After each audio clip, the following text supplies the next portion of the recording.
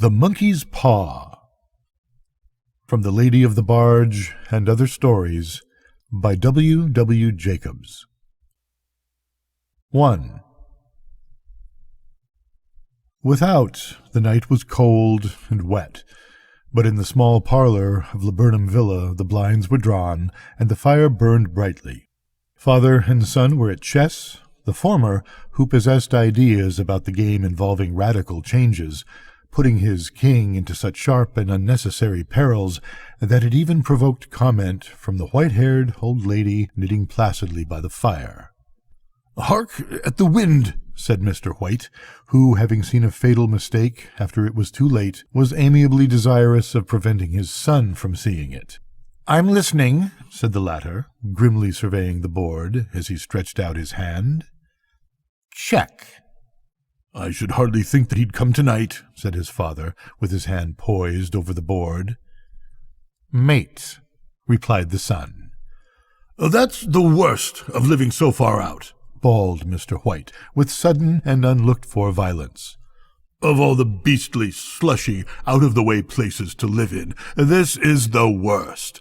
Pathway's a bog, and the road's a torrent. I don't know what people are thinking about. I suppose because only 2 houses in the road are let, they think it doesn't matter." "Never mind, dear," said his wife, soothingly. "Perhaps you'll win the next one." Mr. White looked up sharply, just in time to intercept a knowing glance between mother and son. The words died away on his lips, and he hid a guilty grin in his thin gray beard. "There he is," said Herbert White, as the gate banged to loudly and heavy footsteps came toward the door. The old man rose with hospitable haste, and, opening the door, was heard condoling with the new arrival. The new arrival also condoled with himself, so that Mrs. White said, "Tut, tut," and coughed gently as her husband entered the room, followed by a tall, burly man, beady of eye and rubicund of visage. "Sergeant Major Morris," he said, introducing him. The sergeant major shook hands, and, taking the proffered seat by the fire, watched contentedly while his host got out whiskey and tumblers and stood a small copper kettle on the fire. At the 3rd glass his eyes got brighter, and he began to talk, the little family circle regarding with eager interest the visitor from distant parts, as he squared his broad shoulders in his chair and spoke of wild scenes and doughty deeds, of wars and plagues and strange peoples. 21 years of it," said Mr. White, nodding at his wife and son. "When he went away, he was a slip of a youth in the warehouse, and now look at him."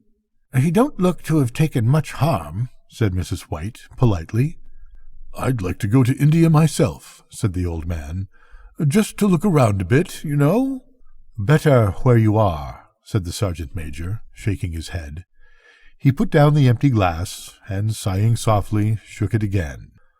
"I should like to see those old temples, and fakirs, and jugglers," said the old man.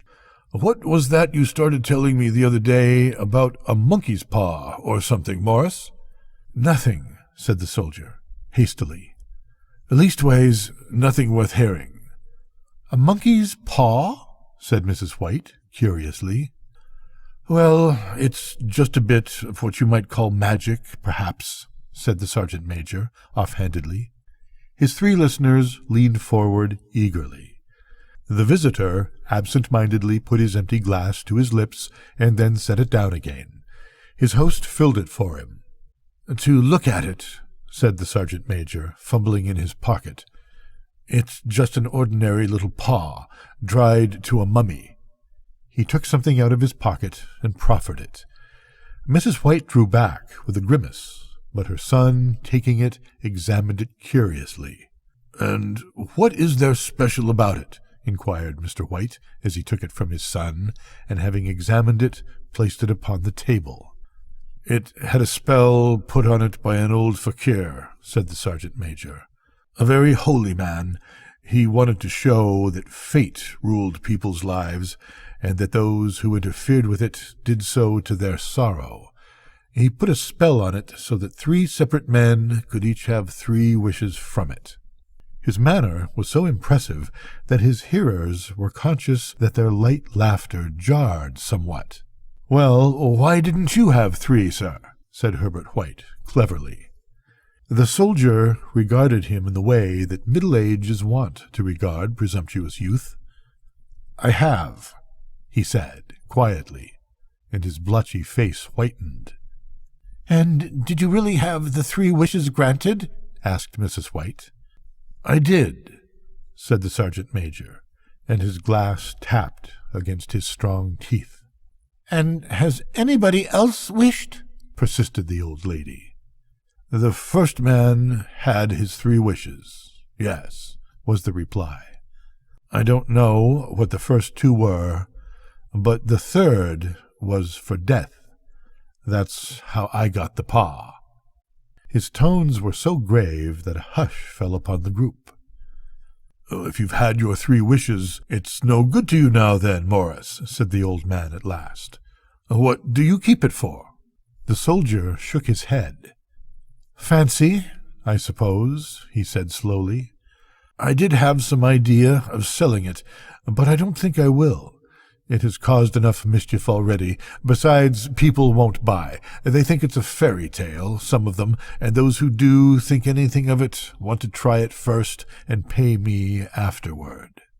"Well, if you could have another 3 wishes," said the old man, eyeing him keenly, "would you have them?" "I don't know," said the other. "I don't know." He took the paw, and, dangling it between his forefinger and thumb, suddenly threw it upon the fire. White, with a slight cry, stooped down and snatched it off. "Better let it burn," said the soldier, solemnly. "Well, if you don't want it, Morris," said the other, "give it to me." "I won't," said his friend doggedly. "I threw it on the fire. If you keep it, don't blame me for what happens. Pitch it on the fire again, like a sensible man." The other shook his head and examined his new possession closely. "How do you do it?" he inquired. "Hold it up in your right hand and wish aloud," said the sergeant major. "But I warn you of the consequences." "Sounds like the Arabian Nights," said Mrs. White as she rose and began to set the supper. "Don't you think you might wish for 4 pairs of hands for me?"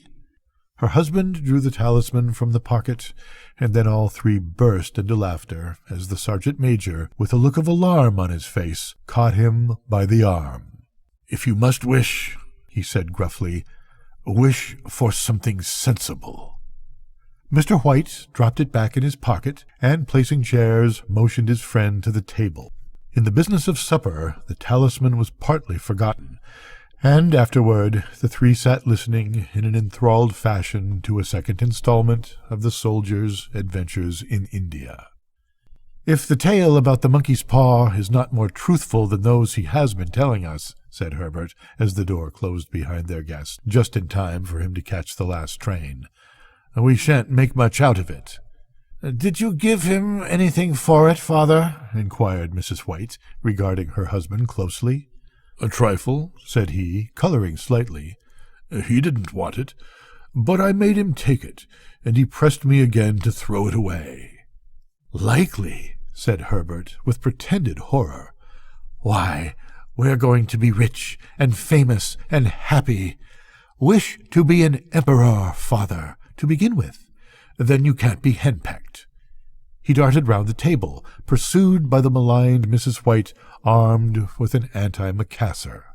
Mr. White took the paw from his pocket and eyed it dubiously.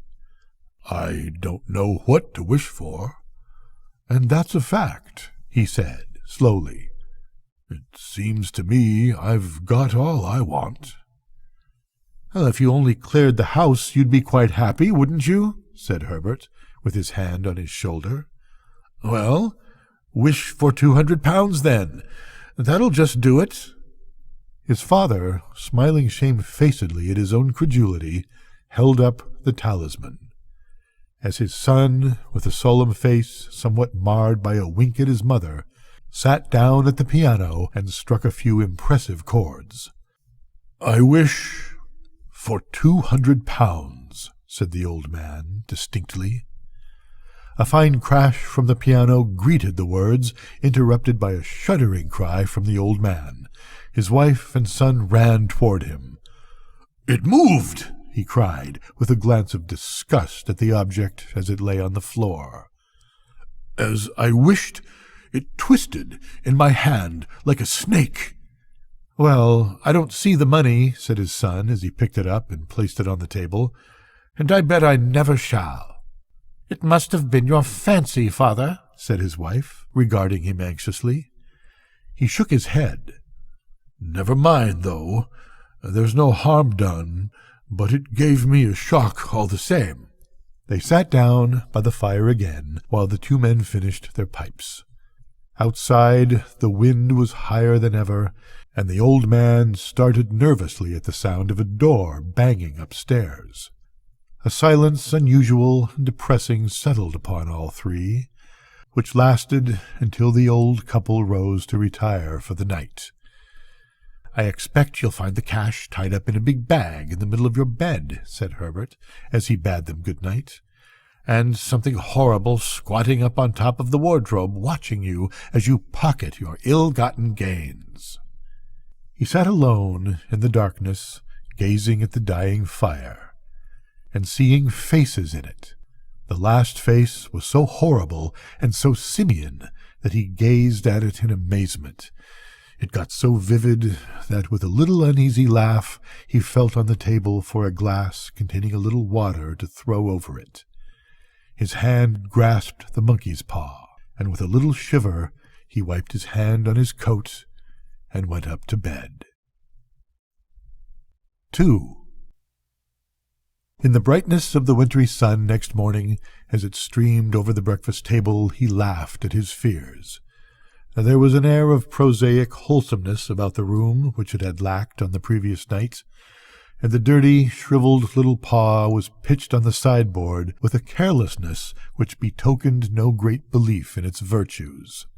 "I suppose all soldiers are the same," said Mrs. White. "The idea of our listening to such nonsense! How could wishes be granted in these days? And if they could, how could 200 pounds hurt you, father?" "Might drop on his head from the sky," said the frivolous Herbert. "Morris said the things happened so naturally," said his father, "that you might, if you so wished, attribute it to coincidence." "Well, don't break into the money before I come back," said Herbert, as he rose from the table. "I'm afraid it'll turn you into a mean, avaricious man, and we shall have to disown you." His mother laughed, and following him to the door, watched him down the road, and, returning to the breakfast table, was very happy at the expense of her husband's credulity, all of which did not prevent her from scurrying to the door at the postman's knock, nor prevent her from referring somewhat shortly to retired sergeant-majors of bibulous habits when she found that the post brought a tailor's bill. "Herbert will have some more of his funny remarks, I expect, when he comes home," she said, as they sat at dinner. "I dare say, but for all of that, the thing moved in my hand. That I'll swear to." "You thought it did," said the old lady soothingly. "I say it did," replied the other. "There was no thought about it. I had just— What's the matter?" His wife made no reply. She was watching the mysterious movements of a man outside, who, peering in an undecided fashion at the house, appeared to be trying to make up his mind to enter. In mental connection with the 200 pounds, she noticed that the stranger was well dressed, and wore a silk hat of glossy newness. 3 times he paused at the gate, and then walked on again. The 4th time he stood with his hand upon it, and then with sudden resolution flung it open and walked up the path. Mrs. White at the same moment placed her hands behind her, and hurriedly unfastening the strings of her apron, put that useful article of apparel beneath the cushion of her chair. She brought the stranger, who seemed ill at ease, into the room. He gazed at her furtively and listened in a preoccupied fashion as the old lady apologized for the appearance of the room, and her husband's coat, a garment which he usually reserved for the garden. She then waited as patiently as her sex would permit for him to broach his business, but he was at first strangely silent.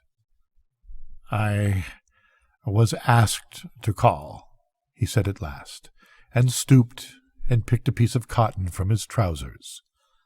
"I come from Ma and Megan's." The old lady started. "Is anything the matter?" she asked breathlessly. "Has anything happened to Herbert? What is it? What is it?" Her husband interposed. There, mother," he said hastily. "Sit down, and don't jump to conclusions. You've not brought bad news, I'm sure, sir," and he eyed the other wistfully. "I'm sorry," began the visitor. "Is he hurt?" demanded the mother, wildly. The visitor bowed in assent. "Badly hurt," he said quietly, "but he is not in any pain." "Oh, thank God!" said the old woman, clasping her hands. "Thank God for that! Thank—" She broke off suddenly as the sinister meaning of the assurance dawned upon her, and she saw the awful confirmation of her fear in the other's averted face. She caught her breath, and turning to her slower-witted husband, laid her trembling old hand upon his. There was a long silence. "He was caught in the machinery," said the visitor at length in a low voice. "Caught in the machinery," repeated Mr. White in a dazed fashion. "Yes." He sat staring blankly out at the window, and taking his wife's hand between his own, pressed it as he had been wont to do in their old courting days nearly 40 years before. "He was the only one left to us," he said, turning gently to the visitor. "It is hard." The other coughed, and rising walked slowly to the window. "The firm wished me to convey their sincere sympathy with you in your great loss," he said, without looking round. "I beg that you will understand I am only their servant, and merely obeying orders." There was no reply. The old woman's face was white, her eyes staring, and her breath inaudible. On the husband's face was a look such as his friend, the sergeant-major, might have carried into his first action.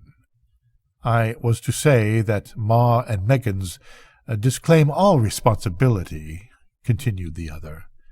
"They admit no liability at all, but in consideration of your son's services, they wish to present you with a certain sum as compensation." Mr. White dropped his wife's hand, and, rising to his feet, gazed with a look of horror at the visitor. His dry lips shaped the words, "How much?" £200 was the answer. Unconscious of his wife's shriek, the old man smiled faintly, put out his hands like a sightless man, and dropped, a senseless heap, to the floor. 3. In the huge new cemetery, some 2 miles distant, the old people buried their dead and came back to a house steeped in shadow and silence. It was all over so quickly that at first they could hardly realize it, and remained in a state of expectation as though of something else to happen, something else which was to lighten this load, too heavy for old hearts to bear. But the days passed, and expectation gave place to resignation, the hopeless resignation of the old, sometimes miscalled apathy. Sometimes they hardly exchanged a word, for now they had nothing to talk about, and their days were long to weariness. It was about a week after that the old man, waking suddenly in the night, stretched out his hand and found himself alone. The room was in darkness, and the sound of subdued weeping came from the window. He raised himself in bed and listened. "Come back," he said tenderly. "You will be cold." "It is colder for my son," said the old woman, and wept afresh. The sound of her sobs died away on his ears. The bed was warm, and his eyes heavy with sleep. He dozed fitfully, and then slept until a sudden wild cry from his wife awoke him with a start. "The paw!" she cried wildly.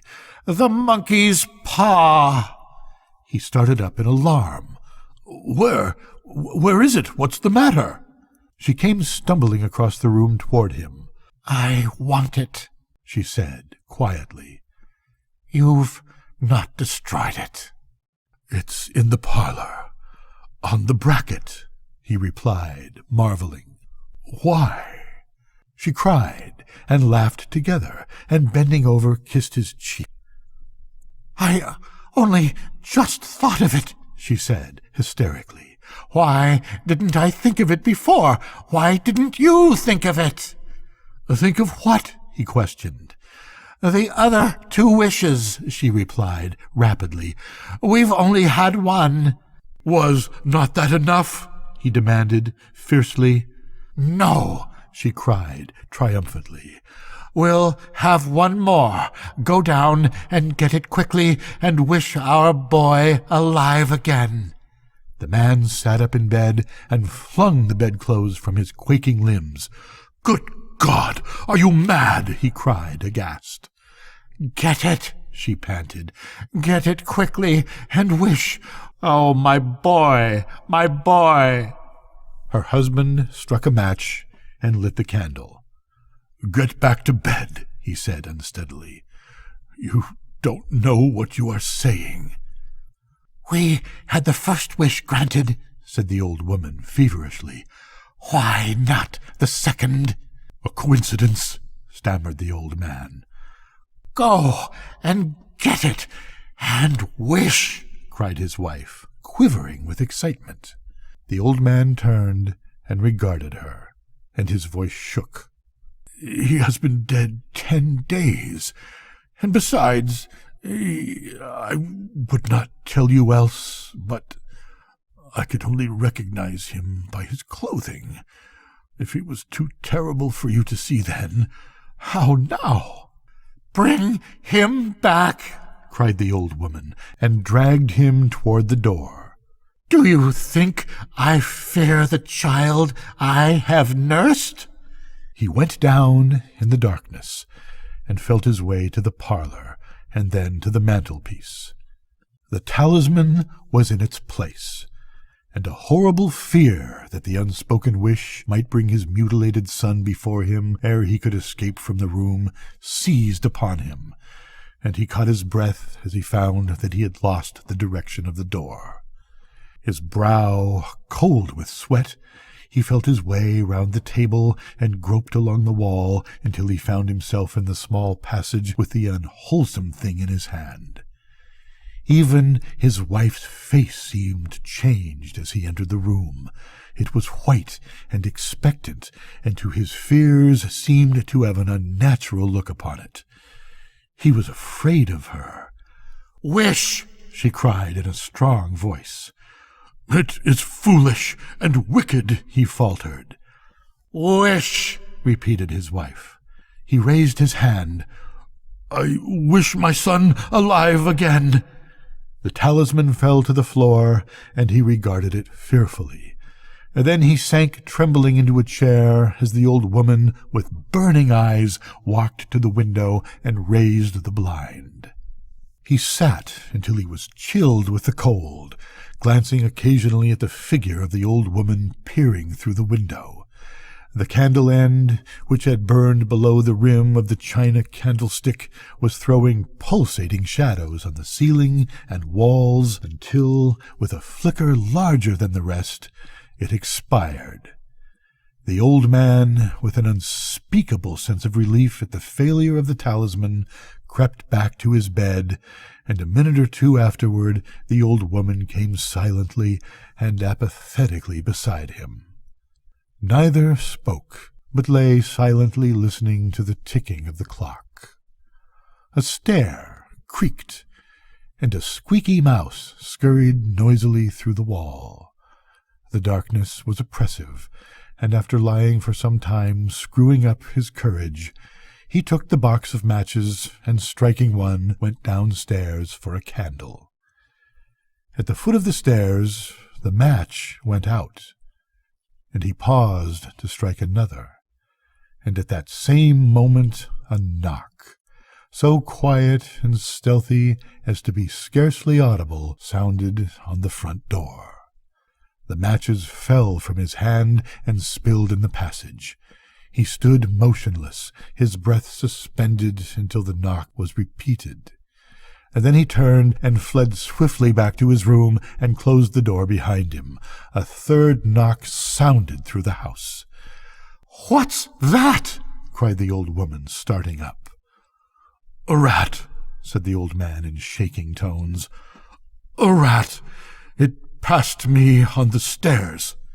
His wife sat up in bed listening. A loud knock resounded through the house. "It's Herbert!" she screamed. "It's Herbert!" She ran to the door, but her husband was before her, and catching her by the arm, held her tightly. "What are you going to do?"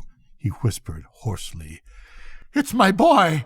It's Herbert!" she cried, struggling mechanically. "I forgot it was 2 miles away. What are you holding me for? Let go! I must open the door!" "For God's sake, don't let it in!" cried the old man, trembling. "You're afraid of your own son!" she cried, struggling. "Let me go! I'm coming, Herbert! I'm coming!" There was another knock, and another. The old woman, with a sudden wrench, broke free and ran from the room. Her husband followed to the landing and called after her appealingly as she hurried downstairs. He heard the chain rattle back and the bottom bolt drawn slowly and stiffly from the socket. And then the old woman's voice, strained and panting. "The bolt!" she cried loudly. "Come down! I can't reach it!" But her husband was on his hands and knees, groping wildly on the floor in search of the paw. If he could only find it before the thing outside got in. A perfect fusillade of knocks reverberated through the house, and he heard the scraping of a chair as his wife put it down in the passage against the door. He heard the creaking of the bolt as it came slowly back, and at the same moment he found the monkey's paw and frantically breathed his third and last wish. The knocking ceased suddenly, although the echoes of it were still in the house. He heard the chair drawn back and the door opened. A cold wind rushed up the staircase, and a long, loud wail of disappointment and misery from his wife gave him courage to run down to her side and then to the gate beyond. The street lamp, flickering opposite, shone on a quiet and deserted road. Good night, Nora. Good night, Mads.